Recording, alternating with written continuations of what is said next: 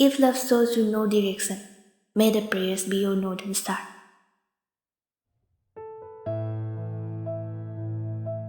Poloi setpi lakliba mayamdusu pakhatnari. Kainadu mayam changduna isingbu thabawo makhut masabu noibawo tawduna chenabadu ubada. Wanthakibadagi phanakuina fawo wakhal laktabaduda manak nakpo hospital amada pukhatle. Doctor na senaduna drip su yali. Hidak lang thaksu iduna ahingduma hospital duda lainanaba khanghale. Paudu hek tabaga risiga loinana mama mapasu pakhatno hospital da lai. Rasidi tasengna laijabu thamoi sengna nungsijai aduna pakhatna hanglei. Imahoi bema nasadu khara pharabro. Laija wakhal tarakpa kuidri. Sorsu thabet holi. Hanglakliba wahangdo tapna khumlei. Hoi khara phare. Kaishu tawroi nangne luhongba mayagi nasado khara waramgani adunani. Imanane ichana chaba yanaba mayam amasu purakpani. Imong naba yade ko. Hoi. Risigi mapa bizoy na suhairei. Ekhoy mayam leiri ko imong naba yaba nate. Nasado nungda nungay traga Imphal gi hospital achauba mayam ipaga khangnei. Khudakta shift tawshi. Yarani da pabu. Laijagi mama na khumlei. Taibungo wabiru reno sida dum yarani da. Hoi. Masa se hena ngamdradi hekta hairo koiba yade ko. Rasi sumateng pangsilai. Hairo imong naba yaba nate. Hoi nambema. Adudi aikhoy shu amuk yawnaba tawkhragi pau phaunasi. Hayeng amuk laknaba tawgi. Yarani da inambema. Ai thindokchagi. Ngasaidagi nakalda leptuna leiriba risida mamana onsinduna hairei. Ibungo nangshu thoglao ko. Ohoi mama. Macha mama wari ngahak sana hausanu khanduna tanja piramlaga ahal singdudi kadudagi thokre. Risi laijagi manak nakna changsinbasu ngamde. Uriba matausisu yengba ngamde. Nungshiruba kaubanina laijana kari maramdagi ngasi phibamsi yauribano haibasi hangludrabasu khanglabani. Risina tapna hairei. Nasado khara pharabro. Chak ising khara phajana chasilu. Chak chadabagini hairidu doctorna. Laija khumde mamai shu leithoktuna le. Mataududa risi wari makha taba ngamdre. Risi amuksu tapna hairei. Laija. Punsisi haukiba matamda amuk handuna chatpa yarabadi. Ai shoidana chatkani. Aduga. Aina kaihallaba nangi thamoido. Ai kaidanaba soidana semdokani. Laija masagi wakhal amada ungduna khumlei. Haukiba matam mabu. Amuk handuna chatpa yaramlaba. Aishu ngasi aina thangliba khongthangse thanglamlo. Haiba indabini haina saurabasu ai khongpham amata hongdana adum leiramgani. Madu oirabadi inaktagi sulaplamloi. Nangna puriba ningamdabagi jingjawdo aina thangthajage laija. Nangi thamoida tariba awabagi saktamdo aina anauba masak bijage. Punsi lambi tangkak amatada nangbu hundoktuna khak chatloi. Aigidamak lepiba. Aigidamak hingbiba. Aduga amaromdana aigidamak pumnamak thadoamba. Pumnamak hundoamba. Maraksida aigi thamoina iphamda tawriba ningai. Aigi wakhalna ngaihakta leitana layo yadriba. Pumnamakse choktharaba aigi hakchangsina khakta khangbani. Khangani awabasisu kanagi sumateng laudana. Laija. Ai ware hanbikro. Wahai sikhak hairamlaga Laija mamit uishinduna tumthakre. Risi tawpham khangda chatlukhige haiba phau hairamda thokre. Luhongbagi haijingpoti nongmata ngaire. Arangphamsu laktuna nungthildu hayengi changadaba thabak mayamsu loishili. Lekaigi ahal kharasu laktuna lei. Boinaugi mamanaba kharana mandop mayaido shemli. Pramogi nipa yai madu phingna changlai churi makhada leptuna khonjal kanna kaurai. Itaima, itaima, laija. Khukaududa mapalda lairiba mayamdo ingak ngakna yengnei. Sagaigi ahal amana haire. Kaino ne yaima aduk phingidubo. Khura, sagaigi ijat bu yonba misingse ngasidi nungai ni. Khura hoisu ijat mangdringai hanbi hauro. Itaima.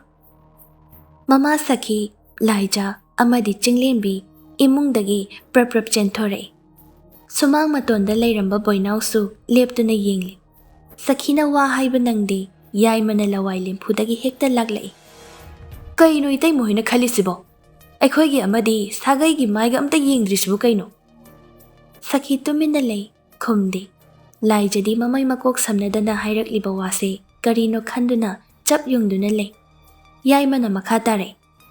Nahana ngamoina haidokpasu nate. Aduga luhongbana ngasi hayengda ngairaba kansida. Itai mohina saramliba warisa karino.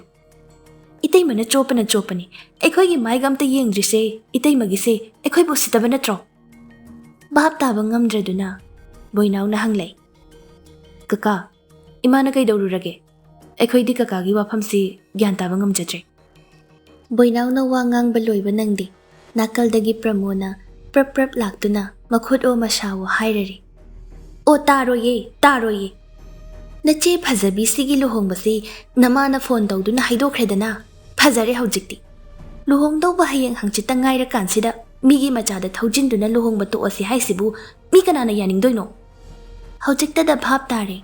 Thang paiduna la yatlamba arang phamdusu saurangna na haire. Kaino ni be masaki. Aikhoina la isibu phagiro.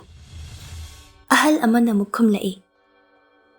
Ibema, mandop khanduna luhongba baton chattuna loina loikre. Aduga haujikta da luhongba toklani hairisibu sagai sigi ijat ka se amta yengdribase karigino. Hare, machong pak naidaba imung. Hey, chase hawalo, natai chadaba. Sagai dugi ahal duna khudai kanduna hawgatuna chatkibaduda. Ahal atai dusu sauna mathang hawgat nakre. Arang pham dusu tauramliba thabak tupau loishinda hawgatkre. Nakhoigi na tausi yam phajadre bema ikai jai mayam mangdako. Hey, mandok ka sisida o. Aikhoi noini ikai rine mayam mangda. Wadu tabada lai jaga boinaugadi pungak ngakre. Chap manana mamada yengai. Aduga madom chada amuk yengi. Mama Sakhina itap na haire. Mayam amukta ngaibiko. Ay wasi tap na mayamgi maphamda tamjage. Yaima, Pramo. Itay mawasi tap na haige. Amukta kakhalo. Itay maphazana haige. Amuk shuwadu loiba nangde. Churi makhada makhwang metu na lepliba. Yaima na haire. Ngasidagi yumsida khongut amuk phau taroy. Iyambado leitre khanduna nungsidana aina nakhoibu konsinge khanbani. Aduga itay mohoidi mi hatpa ngamba migi yaka amata suyengdaba oiramle. Yam ikai migi mamangda. Pramona amuk makha tare. Macha sibu aikhoina namdana pisinba singai khrene. Migi macha duda phone tawraga mingonda amuk thangjinbirido ngamu ngamine. Ikai baga amata khangdreni mi singse. Handakti Sakhi khumlai. Pramo, nang ichi da kanamta hairamde haibadudi haiganu. Sakhi gi wado makha tarakpa nangdi Pramo na tap hekta oi. Yazari iche. Ichi na nanaw da thangjina bo hotnaribado nanaw so pangbinate. Pharikai noigi oigi haiba. Aduga haujik mai chopam daidana nanaw gi mingpan gi haibadudi tawbirakano. Yaimana amuk makha tare. Itay mana aikhoigi mai amata yengdrabanina nanaw nasu itay mohoibu yengba ngamaroy. Ngasidagi namana chana thokpa tawro aikhoidi amata yawba ngamaroy. Nacha masak phajabise mina lawbige hairingaida napal kaduna yadrabanina yengu kari oirake haibado. Mit naba kuirabani nungshiba kainarabanina ungduna laibado ubada. Wai sange haujikti. Masi hairamlaga mamai phat leithoktuna Pramosu mapuroibagi matung induna chatkri. Aniduna chatkribado mama macha ahom amadi chinglembi yengduna lehawi. Lai jadi ngakpana loiri. Hoi shu haide mai shu haide. Tumin chumdring leptuna lay. Mama na mabu wa amata hairamba natte. Aduna nganglamliba mayamdo kumpham su amata khangdre. ꯃꯃꯥꯗ ꯇꯞꯅ ꯍꯪꯂꯛꯏ, "ꯏꯃꯥ, ꯀꯔꯤꯅꯣ ꯏꯗꯣꯝꯆꯥꯒ ꯀꯀꯥꯒꯅ ꯍꯥꯏꯔꯝꯃꯤꯁꯤꯕꯣ?" "ꯏꯕꯦꯝꯃ," ꯏꯃꯥꯅ ꯃꯨꯟꯅ ꯈꯜꯂꯕ ꯃꯇꯨꯡꯗ ꯏꯆꯥꯒꯤ ꯈꯜꯂꯒ ꯏꯃꯥꯅ ꯁꯤꯟꯕꯅꯤ, ꯅꯪ ꯀꯀꯥꯒ ꯅꯗꯣꯝꯆꯥꯒꯅ ꯁꯥꯎꯔꯤꯁꯦ ꯆꯨꯝꯃꯤ. ꯁꯥꯎꯖꯁꯅꯨ, ꯀꯣꯟꯅ ꯈꯪꯖꯔꯛꯀꯅꯤ, ꯃꯈꯣꯏꯁꯨ ꯃꯆꯥ ꯅꯤꯡꯉꯣꯜ ꯌꯥꯎꯔꯤꯕꯅꯤ." ꯕꯣꯏꯅꯥꯎꯅ ꯑꯃꯨꯛ, "ꯏꯃꯥ, ꯏꯆꯦꯒꯤ ꯋꯥꯁꯨ ꯑꯃꯇꯪ ꯇꯥꯔꯝꯃꯗꯤ ꯐꯗꯧꯕꯅꯤ, ꯑꯗꯨꯒ ꯑꯇꯩ ꯇꯥꯟꯅꯗ꯭ꯔꯁꯨ ꯀꯀꯥꯒ ꯏꯗꯣꯝꯆꯥꯒꯇꯪ ꯑꯣꯏꯔꯁꯨ ꯇꯥꯟꯅꯔꯝꯃꯗꯤ ꯐꯗꯧꯕꯅꯤ. ꯑꯗꯨꯒ ꯏꯆꯦꯁꯨ ꯑꯝꯇ ꯈꯪꯉꯝꯗꯦ ꯇꯧꯔꯤꯁꯤ." ꯕꯣꯏꯅꯥꯎ, ꯃꯝꯃꯤ ꯉꯥꯜꯂꯤꯁꯤꯅ ꯁꯥꯈꯤꯅꯤ. ꯅꯗꯣꯝꯆꯥꯗ ꯑꯩꯅ ꯋꯥꯐꯝꯁꯦ ꯍꯧꯗꯣꯛꯄ ꯀꯨꯏꯔꯕꯅꯤ. ꯊꯑꯣꯏ ꯋꯥꯑꯣꯏꯅ ꯇꯥꯗꯕꯗꯨꯗ ꯑꯩꯁꯨ ꯌꯥꯝ ꯀꯟꯅ ꯍꯥꯏꯈꯤꯗ꯭ꯔꯦ. ꯑꯗꯨꯒ ꯅꯍꯥꯟ ꯑꯩꯅ ꯑꯃꯨꯛ ꯍꯥꯏꯕꯗ ꯁꯥꯎꯗꯨꯅ ꯍꯧꯒꯠꯈꯤꯕꯅꯤ. ꯑꯗꯨꯕꯨ ꯅꯗꯣꯝꯆꯥꯅ ꯋꯥꯗꯨ ꯅꯝꯁꯤꯟꯈ꯭ꯔꯦ. ꯑꯣꯏꯔꯁꯅꯨ, ꯑꯗꯨꯒ ꯅꯆꯦꯁꯦ ꯃꯊꯟꯇꯅꯤ ꯏꯕꯨꯡꯉꯣ. ꯃꯌꯥꯝꯒꯤ ꯑꯃꯗꯤ ꯏꯃꯨꯡꯒꯤ ꯏꯖꯠꯀꯤ ꯉꯥꯛꯇꯕ ꯌꯥꯗꯦ ꯍꯥꯏꯗꯨꯅ ꯏꯆꯥꯅ ꯄꯥꯝꯖꯗꯕ ꯃꯤꯗꯨꯒꯤ ꯃꯅꯥꯛꯇ ꯅꯝꯗꯅ ꯏꯃꯥꯅ ꯆꯠꯂꯣ ꯍꯥꯏꯒꯗꯕ ꯉꯝꯗ꯭ꯔꯤꯅꯤ. ꯏꯆꯥꯒꯤ ꯃꯇꯧ ꯎꯕꯗ ꯏꯃꯥꯗꯤ ꯑꯍꯤꯡ ꯇꯨꯝꯕ ꯌꯥꯗ꯭ꯔꯦ." ꯃꯃꯥꯒꯤ ꯃꯇꯧꯗꯨꯗ ꯂꯥꯏꯖꯅ ꯍꯥꯏꯔꯛꯏ, "ꯏꯃꯥ, ꯅꯆꯥꯅ ꯏꯃꯥꯗ ꯌꯥꯝꯅ ꯋꯥꯍꯟꯈ꯭ꯔꯦ. ꯅꯆꯥꯅ ꯏꯁꯥꯒꯤ ꯑꯋꯥꯕꯗ ꯇꯥꯎꯗꯨꯅ ꯂꯩꯕꯅ ꯏꯃꯥꯁꯨ ꯅꯆꯥꯒꯤ ꯋꯥꯔꯝꯒꯅꯤ ꯍꯥꯏꯕ ꯈꯜꯂꯨꯗ꯭ꯔꯦ ꯏꯃꯥ. ꯁꯤꯗꯤ ꯃꯃꯥ ꯑꯃ ꯑꯣꯏꯕꯒꯤ ꯃꯆꯥꯒꯤꯗꯃꯛ ꯈꯟꯐꯝ ꯊꯣꯛꯄꯅꯤ. ꯏꯆꯥꯅ ꯌꯨꯝꯁꯤꯗ ꯅꯅꯤꯡꯇꯝꯅ ꯂꯩ, ꯑꯗꯨꯒ ꯅꯁꯥ ꯅꯍꯥꯅꯤ. ꯄꯨꯟꯁꯤꯁꯦ ꯈꯨꯗꯣꯡꯊꯤꯕ ꯑꯃꯗ ꯄꯨꯟꯁꯤꯕꯨ ꯂꯣꯏꯔꯦ ꯈꯟꯖꯕ ꯌꯥꯗꯦ. ꯀꯩꯔꯣꯏ ꯂꯩꯀꯥꯏ ꯃꯌꯥꯝꯒꯤꯗꯤ ꯀꯔꯤꯁꯨ ꯈꯜꯂꯨꯅꯨ, ꯏꯃꯥ ꯂꯩꯔꯤ." ꯕꯣꯏꯅꯥꯎꯅ ꯈꯨꯝꯃꯛꯏ, "ꯏꯃꯥ, ꯀꯔꯝꯕꯅ ꯐꯔꯤꯕꯅꯣ ꯈꯪꯗ꯭ꯔꯦ ꯇꯧꯔꯤꯁꯦ. ꯃꯥꯟꯗꯣꯞ ꯐꯥꯎ ꯈꯟꯕ ꯂꯣꯏꯔꯦ, ꯑꯁꯤ ꯑꯃꯨꯛ ꯁꯤꯗꯨꯅ ꯂꯨꯍꯣꯡꯕ ꯀꯥꯏꯕ ꯍꯥꯏꯕꯗꯨ ꯑꯣꯏꯔꯅꯤ. ꯃꯁꯤꯗ ꯏꯆꯦꯒꯤ ꯀꯔꯤ ꯐꯖꯐꯝ ꯂꯩꯗꯣꯏꯅꯣ? ꯏꯕꯨꯡꯉꯣ, ꯅꯆꯦꯒꯤ ꯃꯇꯧ ꯅꯃꯥꯏꯅ ꯌꯦꯡꯕ ꯉꯝꯗ꯭ꯔꯦ. ꯅꯆꯦꯅ ꯂꯩꯅꯤꯡꯕ ꯃꯑꯣꯡꯗ ꯂꯩꯖꯔꯁꯅꯨ ꯏꯕꯨꯡꯉꯣ. ꯅꯆꯦꯒꯤ ꯋꯥꯈꯜ ꯑꯩ ꯆꯞ ꯆꯥꯅ ꯈꯪꯂꯦ." ꯂꯥꯏꯖ ꯃꯃꯥꯒꯤ ꯋꯥꯗꯨ ꯇꯥꯕꯗ ꯃꯄꯤ ꯏꯔꯥ ꯆꯦꯜꯂꯛꯏ. ꯃꯃꯥꯅ ꯉꯁꯤ ꯂꯧꯔꯛꯂꯤꯕ ꯐꯤꯔꯦꯞꯁꯦ ꯊꯦꯡꯂꯕꯁꯨ ꯊꯦꯡꯅ ꯂꯥꯏꯖꯒꯤ ꯃꯐꯝꯗꯗꯤ ꯐꯨꯟꯒꯠꯂꯝꯕ ꯁꯣꯔ ꯈꯔꯗ ꯑꯣꯏꯔꯕꯁꯨ ꯍꯣꯟꯗꯣꯛꯄ ꯉꯝꯂꯦ. "ꯅꯪ ꯀꯀꯥ ꯍꯣꯏꯅ ꯁꯥꯎꯔꯤꯁꯦ ꯁꯥꯎꯖꯁꯅꯨ. ꯈꯔ ꯂꯩꯔꯒ ꯑꯩꯈꯣꯏꯅ ꯆꯪꯁꯤꯟꯕꯗ ꯅꯪ ꯀꯀꯥꯅ ꯑꯩꯈꯣꯏꯕꯨ ꯏꯟꯊꯣꯛꯄꯤꯒꯗꯧꯕ ꯅꯠꯇꯦ. ꯏꯆꯦ, ꯑꯩꯁꯨ ꯏꯆꯦꯒꯤ ꯃꯇꯧꯗꯨ ꯌꯦꯡꯕ ꯉꯝꯗꯦ. ꯏꯆꯦꯅꯁꯨ ꯂꯨꯍꯣꯡꯕꯁꯤ ꯇꯣꯛꯄ ꯄꯥꯝꯂꯕꯗꯤ ꯋꯥꯁꯤ ꯃꯈꯥ ꯇꯥꯔꯒꯨꯝꯁꯤ. ꯍꯣꯔꯦꯟꯗꯤ ꯆꯥꯛꯇꯨ ꯆꯥꯔꯣ, ꯅꯠꯇ꯭ꯔꯗꯤ ꯑꯩꯁꯨ ꯆꯥꯔꯔꯣꯏꯀꯣ." ꯃꯧꯄ꯭ꯋꯥꯅ ꯅꯨꯡꯁꯤꯅ ꯑꯣꯏꯅꯖꯅ ꯍꯥꯏꯔꯛꯂꯤꯕꯗꯨ ꯇꯥꯕꯗ ꯂꯥꯏꯖ ꯃꯤꯠꯇꯒꯤ ꯄꯤ ꯇꯥꯈꯤꯕ ꯈꯪꯍꯧꯗꯦ꯫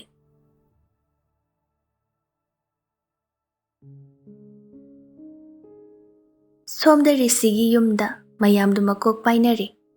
ꯃꯆꯥꯅ ꯂꯥꯏꯖ ꯆꯦꯜꯂꯛꯈꯤꯕꯗꯨꯒꯤ ꯋꯥꯔꯤ ꯄꯨꯝꯕꯗꯣ ꯂꯣꯠꯄ ꯌꯥꯗ꯭ꯔꯗꯨꯅ ꯃꯃꯥꯗ ꯂꯣꯏꯅ ꯇꯝꯂꯤ. ꯃꯃꯥꯗꯤ ꯋꯥꯔꯤꯗꯨ ꯇꯥꯕꯗ ꯃꯆꯥꯕꯨ ꯐꯨꯁꯤ ꯀꯗꯥꯏ, ꯆꯩꯁꯤ ꯀꯗꯥꯏ ꯈꯣꯏꯗꯧ ꯁꯥꯎꯒꯠꯄꯗ ꯂꯣꯏꯔꯦ. ꯃꯆꯥꯒꯤ ꯄꯥꯝꯕꯣꯝꯗ ꯈꯨꯄꯥꯛꯅ ꯁꯦꯠ ꯁꯦꯠ ꯊꯥꯗꯨꯅ ꯃꯆꯥꯕꯨ ꯋꯥꯔꯛꯆꯩ. "ꯀꯔꯤꯅꯣ ꯅꯪꯅ ꯇꯧꯔꯤꯁꯤꯕꯣ, ꯍꯥ? ꯅꯪꯕꯨ ꯃꯃꯥ ꯃꯄꯥꯅ ꯋꯥꯔꯛꯇꯕ ꯃꯆꯥ ꯑꯣꯏꯔꯤꯕ ꯀꯔꯤꯒꯤꯅꯣ?"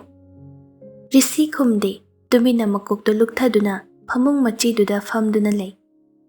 ꯔꯥꯁꯤꯅ ꯃꯈꯥ ꯇꯥꯔꯛꯏ, "ꯑꯩꯅ ꯈꯜꯂꯦꯕ, ꯂꯨꯍꯣꯡꯕ ꯌꯥꯔꯦ ꯍꯥꯏꯔꯛꯄꯗꯣ ꯑꯩꯈꯣꯏꯗꯒꯤ ꯅꯪꯅ ꯍꯥꯟꯅ ꯈꯪꯒꯗ꯭ꯔꯥ ꯍꯥꯏꯔꯒ ꯑꯩꯈꯣꯏꯗꯒꯤ ꯅꯪꯅ ꯀꯣꯟꯅ ꯈꯪꯉꯤꯁꯤ ꯀꯩꯒꯤꯅꯣ ꯈꯜꯂꯦꯕ.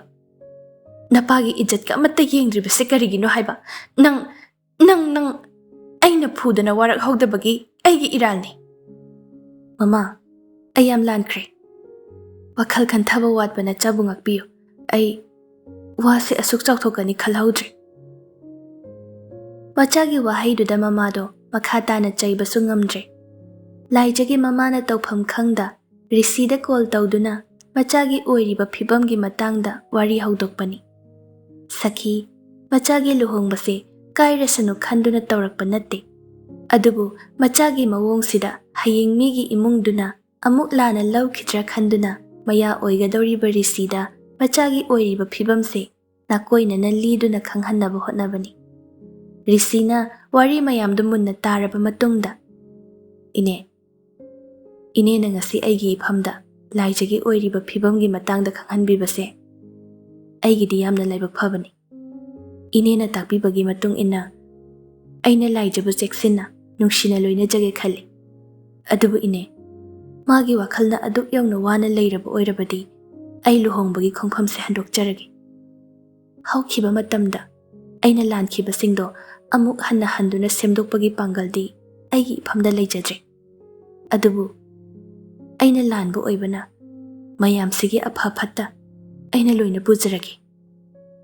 Ibungo ine haifam khangdre. Ine ai laijabu thamoi sengna nungsi. Aduna ai khongphamse isana yana handokjarage. Phibamsida ine busu aina maishal langhanbagi waraubigan. Apha phatta daita loina puduna Risina mamada hairubani luhongbasi toklasi haiduna. Wari pumba liduna mamabu khanghalaba tungda mapabungbo amu khanghalle. Mapadi mana paiba yadre. Saubana wasu amata ngangkhidre. Machabu nungsiba oibana soikraba mayamdo makha tadanaba mama rasina hotnari. He, napado saubana phi paiba yahoudrabani. Chalo, haujima napada lale haijarusu. Natradi nang soidana sirani. As, ay pabung unabadi ngamoy. Tali, mamana dum pabung da aigi wasi haibiro. Yaroy ne, nang napagi magul khangliba natro. Nasana lalurabadi, nasana yajagadabani, thauna laigadabani. Hogalo, lao. As, mama, ay tali. Lao, kaishu tawroy. Ay nasu haigi. Ado, lale haibadudi haihauru lao. Soikrabadi soikri. Yamna tanna, gizana. Makhada phamliba mapabungi manakta mamana haidana. Risi mamaga kumtharai. Macha hek ubaga mapadu machada munna yenglai. Risina tumina sum leptuna leibaduda mamana ingit tawrai. Lale hayo haidana. Mapagi nakalda thamliba lichai asangbadu ubada Risi amuka hena tankre. Yamna kizana Risi su mapabungda tapna hairai. Pabu, nacha soikre. Papana nakalda ngariba lichaido paikhatuna Risigi kaplakta set launa amurakali. As, pabu. Mapawa ngangde. Tumina bishum anido suksinna duna machada yengduna le. Mataududa rasina tapna hairai. Moy pabu, haukradi haukre. Masina nachagi punsida para amatambiba oirasano. Yare, angang macha sunatre. Hai mama, nang wangang kanu. Karigi angang oibo oidaba. Wakhal taragabu mama mapabu asuk maisha langhanba hunabro. Masi haiduna risibu lamduna amuk sukalai. Pabu, ay lanjare. Tokpiro yarisi, haukradi haukre. Sidagidi nangsu thabak ama taubada wakhal munna khanthana tawgadabani ko. Oy mama. Mapabung wa makha tare. Aina di nangse bhab tare khalubani. Chaukhatpa maphamda nahina singtamhanduna matik chaba mi ama oire. Adubu asuk chaukhatlaba matamsida masana yadaba nupibu namdana launi khaliba wakhaldo. Mama mapana takpi tambiba watpagi mami tare. Aduna nangbu warakpase hauchiktada makoktagi hauba tare. Babu, nacha lanjare. Namana haikrido munna ningsingu. Sidagi matung tabada siguma thaudokse amuk hana thokhala aba nang aibu phatte haiganu. Hoy babu. Aduga bhab taroi haina tadrabani na nang Manipurda leiba yaroy. Hayeng mak Delhi chatkadabani. Aduga mathang haptada nachega punna US chatkadabani. Nasana hani lairik laishu makha tamthaba yari.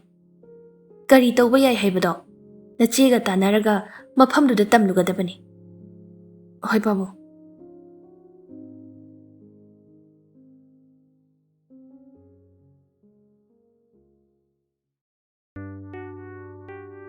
Nong nini di mamal hongbu hotel amada leiri.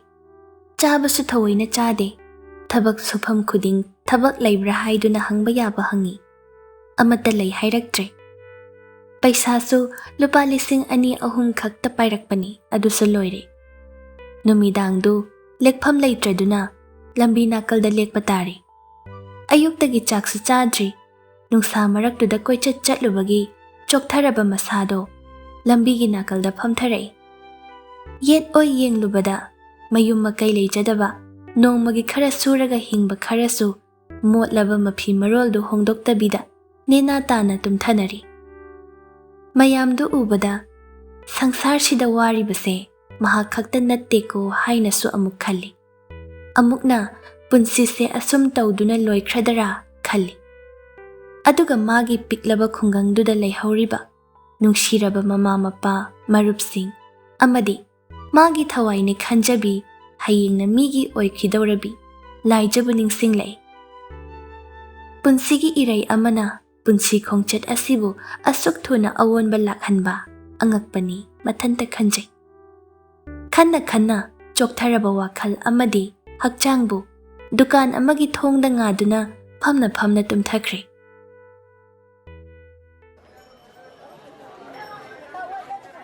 ꯍꯦ ꯍꯧꯒꯠꯂꯣ, ꯉꯁꯥꯏ ꯇꯨꯝꯃꯨꯆꯣ ꯌꯥꯗ꯭ꯔꯣ?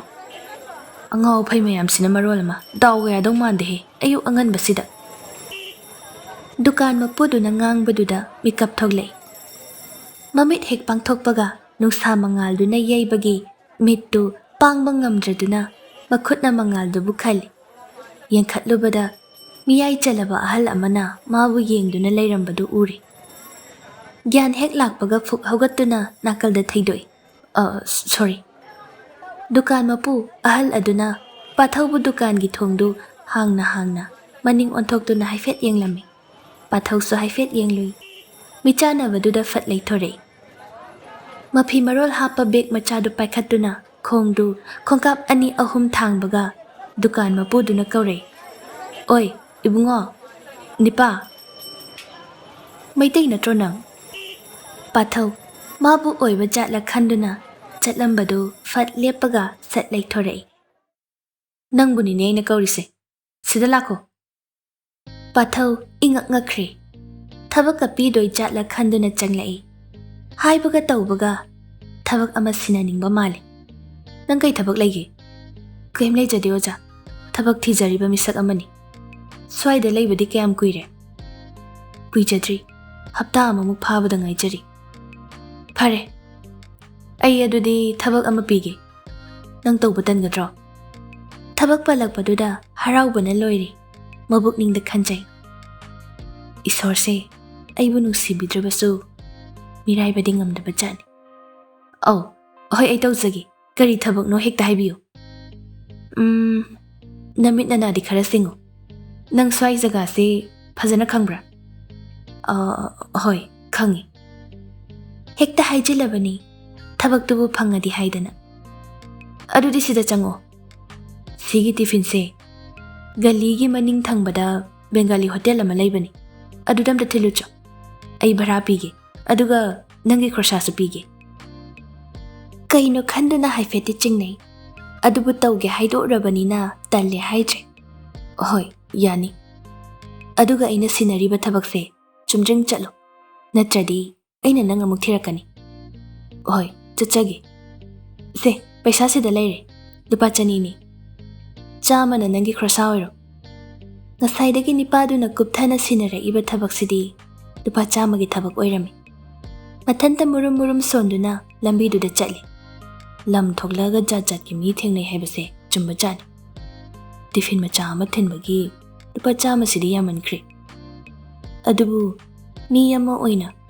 ꯂꯨꯄꯥ 100 ꯈꯛꯇꯪꯒꯤ ꯊꯕꯛ ꯇꯧꯗꯨꯅ ꯂꯦꯟꯕꯁꯤꯗꯤ ꯍꯤꯡꯍꯩꯗ꯭ꯔꯦ꯫ ꯍꯥꯏꯖꯕꯒꯤ ꯋꯥꯅꯤ, ꯊꯕꯛꯅ ꯁꯨꯛꯐꯪ ꯍꯦꯛ ꯐꯪꯂꯛꯇ꯭ꯔꯕꯗ ꯂꯨꯄꯥ 100ꯒꯤ ꯊꯕꯛꯁꯨ ꯀꯌꯥꯗ ꯃꯃꯜ ꯂꯩꯈ꯭ꯔꯕ꯫ ꯑꯁꯨꯝꯅ ꯊꯦꯡꯅꯔꯨꯕ ꯃꯤꯒꯤ ꯄꯥꯈꯣꯜ ꯈꯔ ꯆꯠ, ꯊꯕꯛ ꯈꯔ ꯁꯨꯕꯤ ꯇꯧꯗꯨꯅ ꯅꯨꯃꯤꯠ 8-9ꯅꯤꯗꯤ ꯂꯦꯜꯂꯤ꯫ ꯑꯗꯨꯒ ꯑꯌꯨꯛꯇ ꯗꯨꯀꯥꯟ ꯅꯨꯄꯥꯗꯨꯒꯤ ꯇꯤꯐꯤꯟ ꯊꯤꯟꯕꯒꯤ ꯊꯕꯛꯇꯨꯗꯤ ꯃꯄꯨꯡ ꯑꯣꯏꯕ ꯊꯕꯛ ꯑꯃ ꯑꯣꯏꯅ ꯇꯧꯔꯕꯅꯤ, ꯂꯨꯄꯥ 100ꯒꯤ ꯊꯕꯛ ꯑꯣꯏꯔꯕꯁꯨ꯫ ꯑꯍꯥꯟꯕꯗꯗꯤ ꯂꯝꯕꯤꯗ ꯍꯪꯗꯨꯅ ꯍꯣꯇꯦꯜꯗꯨ ꯊꯤꯕꯅꯤ, ꯑꯗꯨꯕꯨ ꯍꯧꯖꯤꯛꯇꯤ ꯇꯣꯏꯅ ꯆꯠꯂꯕꯅꯤꯅ ꯈꯣꯡꯂꯩ ꯊꯨꯅ ꯆꯠꯄ ꯉꯝꯂꯤ꯫ ꯅꯤꯄꯥꯗꯨꯅ ꯁꯤꯟꯅꯔꯛꯂꯤꯕ ꯃꯤꯗꯨ ꯊꯦꯡꯅꯗꯨꯅ ꯇꯤꯐꯤꯟꯗꯨ ꯄꯤꯔꯝꯂꯒ ꯊꯣꯛꯂꯛꯏ꯫ ꯁꯣꯔꯣꯛꯇꯨꯒꯤ ꯋꯥꯡꯃꯗ ꯂꯥꯟꯊꯣꯛꯇꯨꯅ ꯀꯗꯣꯝ ꯆꯠꯁꯤꯒꯦ ꯈꯜꯂꯤꯉꯩ ꯃꯥꯅ ꯆꯪꯂꯨꯕ ꯍꯣꯇꯦꯜꯗꯨꯗ ꯄꯨꯂꯤꯁ ꯒꯥꯔꯤ 2 ꯂꯥꯛꯇꯨꯅ ꯄ꯭ꯔꯞ ꯆꯪꯈꯤ꯫ ꯎꯕꯗ ꯉꯛꯈ꯭ꯔꯦ꯫ ꯅꯥꯀꯜꯗ ꯂꯦꯞꯂꯤꯕ ꯅꯤꯄꯥ ꯈꯔ ꯑꯗꯨꯅ ꯍꯥꯏꯅꯕꯗꯨ ꯇꯥꯏ, ꯉꯁꯤꯗꯤ ꯁꯣꯏꯗ꯭ꯔꯗꯅ ꯄꯣꯠ ꯐꯪꯒꯅꯤ꯫ ꯃꯣꯏꯁꯦ ꯈꯔ ꯇꯧꯊꯕꯗꯤ ꯐꯕꯅꯤ, ꯑꯗꯨꯅꯤ ꯍꯦꯟꯃꯟꯈ꯭ꯔꯦ, ꯅꯍꯥ ꯃꯌꯥꯝꯁꯦ ꯂꯣꯏꯅ ꯃꯥꯡꯂꯅꯤ꯫ ꯋꯥꯔꯤꯗꯨ ꯈꯪꯅꯤꯡꯃꯟꯈꯤꯗꯅ ꯁꯥꯟꯅꯔꯤꯕꯗꯨꯗ ꯍꯦꯛꯇ ꯍꯪꯖꯤꯜꯂꯤ꯫ ꯏꯌꯥꯝꯕ, ꯀꯩꯀꯩ ꯇꯧꯕꯩꯅꯣ ꯄꯨꯂꯤꯁꯁꯤꯡ ꯆꯪꯈ꯭ꯔꯤꯁꯤꯕꯣ? ꯆꯨꯔꯨꯞ ꯆꯤꯡꯗꯨꯅ ꯂꯦꯞꯂꯤꯕ ꯅꯤꯄꯥꯗꯨꯅ ꯈꯨꯝꯂꯛꯏ꯫ ꯀꯩ ꯑꯣꯏꯔꯨꯅꯤ, ꯄꯥꯎꯗꯔꯅꯤꯗꯅ꯫ ꯃꯣꯏꯒꯤ ꯇꯤꯐꯤꯟ ꯁꯥꯔꯚꯤꯁꯁꯤꯗ ꯈꯪꯗꯗꯅ ꯄꯨꯔꯨꯕ ꯃꯌꯥꯝ ꯂꯣꯏꯈ꯭ꯔꯦꯗꯅ꯫ ꯋꯥꯗꯨ ꯇꯥꯕꯗ ꯄꯥꯊꯧꯗꯤ ꯍꯨꯃꯥꯡ ꯑꯅꯞꯄꯤ ꯀꯥꯡꯉꯤ꯫ ꯃꯤꯀꯨꯞ ꯑꯃꯇꯪ ꯊꯦꯡꯊꯔꯝꯕꯗ ꯇꯥꯔꯝꯒꯗꯕ ꯗꯁꯥꯗꯨ ꯈꯜꯂꯨꯕꯗ ꯃꯤꯍꯨꯟꯗꯨ ꯆꯣꯡꯊꯣꯛꯈ꯭ꯔꯦ꯫ ꯆꯣꯡꯂꯤꯕ ꯃꯤꯍꯨꯜꯗꯣ ꯐꯥꯊꯕ ꯉꯝꯗ꯭ꯔꯤꯉꯩ ꯄꯨꯂꯤꯁ ꯈꯔꯅ ꯄꯥꯊꯧꯒꯤ ꯃꯥꯏꯀꯩ ꯇꯝꯅ ꯆꯦꯜꯂꯛꯄꯗꯨ ꯎꯕꯗ ꯄꯥꯊꯧ ꯈꯣꯡꯂꯩ ꯊꯨꯅ ꯆꯦꯟꯈ꯭ꯔꯦ꯫ ꯋꯥꯔꯤ ꯂꯤꯔꯝꯕ ꯑꯍꯜꯁꯤꯡꯗꯣ ꯉꯛꯅ ꯄꯥꯊꯧꯅ ꯆꯦꯟꯈꯤꯕ ꯃꯥꯏꯀꯩꯔꯣꯝꯗ ꯌꯦꯡꯗꯨꯅ ꯂꯩꯍꯧꯏ꯫